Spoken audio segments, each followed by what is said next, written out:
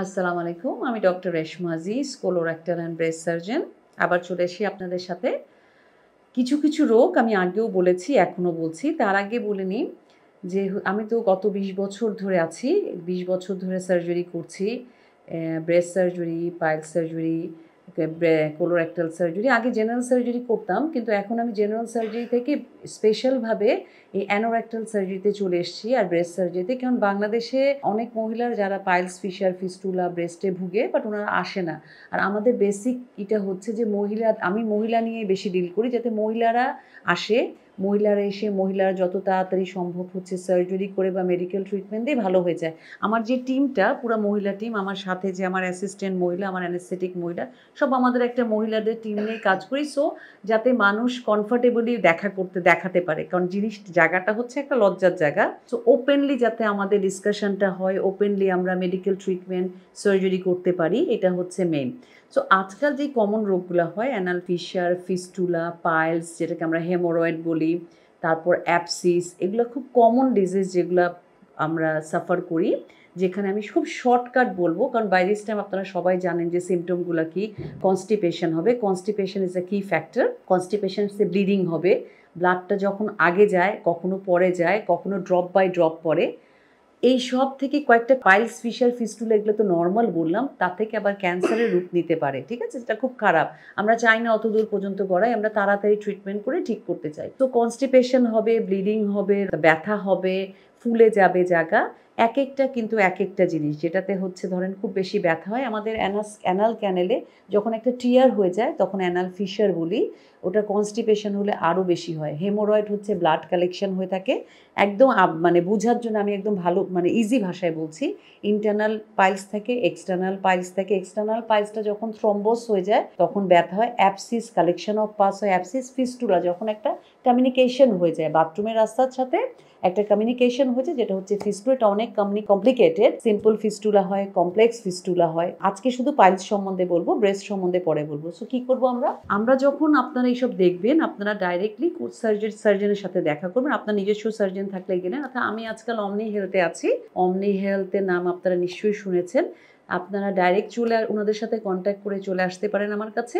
তারপর আমরা দু ধরনের, আগে আমরা ওপেন সার্জারি করতাম।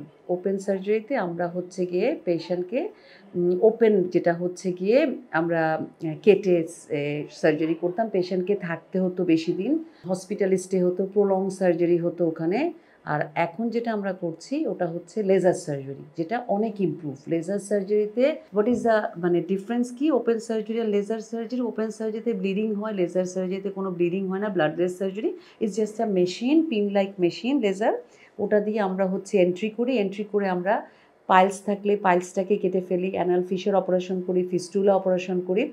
ব্লাডলেস সার্জারি, অপারেশনের টাইম, হসপিটালে স্টে 1 দিন। আপনার হচ্ছে গিয়ে আর্লি রিকভারি, তাড়াতাড়ি। আমার অনেক পেশেন্ট আছে যে সেকেন্ড থার্ড ডেতেই কাজে চলে যায়, আর্লি রিকভারি হবে। সো আজকাল লেজার সার্জারিকে প্রমোট করছি, যেহেতু ইমপ্রুভ হচ্ছে সব কিছু। ফোন আমরা 3G থেকে 4G যাচ্ছি, 5G, তেমন আমরা ওপেন থেকে আজকাল লেজার সার্জারিতে যাচ্ছি। লেজার সার্জারি বেনিফিট এটা হচ্ছে, যেটা আমি বললাম, যে হসপিটালে কম থাকতে হচ্ছে, আপনার ব্যথা, পেইনলেস সার্জারি। অপারেশনের পরে অবশ্যই ব্যথা হবে, একটা জায়গা যখন অপারেশন হয় তখন অবশ্যই ব্যথা হয়, কিন্তু এই ব্যথাটা ওপেন সার্জারির চেয়ে কম। আর হচ্ছে গিয়ে আপনার হচ্ছে তাড়াতাড়ি হিলিং হবে। ঠিক আছে। সো ডিফারেন্ট ইসে আমরা লেজার ইউজ করি। পাইলসের জন্য একই লেজার দিয়ে এক একটা প্রোব থাকে এমন। পাইলসের জন্য একরকম, ফিস্টুলার জন্য একরকম, ফিশারের জন্য একরকম। তো এটা গেল হচ্ছে যে কমন যে ডিজিজগুলো, এগুলো সব আমরা লেজার সার্জারি করছি। আপনারা, যেটা আমি রিকোয়েস্ট করব, রিসেন্টলি আমি আবার বলছি, অনেক পেশেন্ট পাচ্ছি এক্সটার্নাল থ্রোম্বাস পাইলস নিয়ে আসতেছে, ফিস্টুলা হয়ে যাচ্ছে, যেখানে 3-4টা। অনেকে বলে অপারেশন একবার করার পর আবার করতে হয়। This is not right. আমি তো আজকে লেজার সার্জারি লাস্ট আমি 1 বছরে 500-রও বেশি করেছি।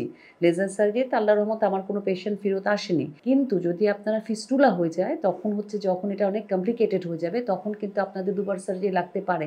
এই জন্যে দেরি না করে যত তাড়াতাড়ি সম্ভব ডক্টরের কাছে চলে আসবেন। অ্যান্ড যদি মেডিকেলে এটা ট্রিটমেন্টে ঠিক হয়, সব জায়গাতেই সার্জারি লাগে তা না, কিছু মেডিকেল ট্রিটমেন্টে ঠিক হয়ে যায়। ওটাতে আমরা মেডিকেল ট্রিটমেন্ট দিই, যেটাকে সার্জিক্যাল ট্রিটমেন্ট লাগে আমরা ওটা সার্জিক্যাল ট্রিটমেন্ট দিই। So take home message is today, যে আমরা দেরি করব না। আমরা সার্জনের কাছে যাব, যদি মেডিকেল ট্রিটমেন্টে ভালো হই মেডিকেল ট্রিটমেন্টে ভালো হবো, যদি সার্জারি লাগে আমরা সার্জারি করব, যেহেতু অ্যাডভান্স দুনিয়া হচ্ছে। সো আমরা লেজার সার্জারিটাকেই প্রেফার করি। আমার ম্যাক্সিমাম পেশেন্ট আজকাল যে বললাম অলমোস্ট এতগুলো সার্জারি করে ফেলেছি, সো সবাই আজকাল লেজারই প্রেফার করে। ইনশাল্লাহ তাহলে দেখা হবে, ভালো থাকবেন, সুস্থ থাকবেন, আল্লাহ হাফেজ।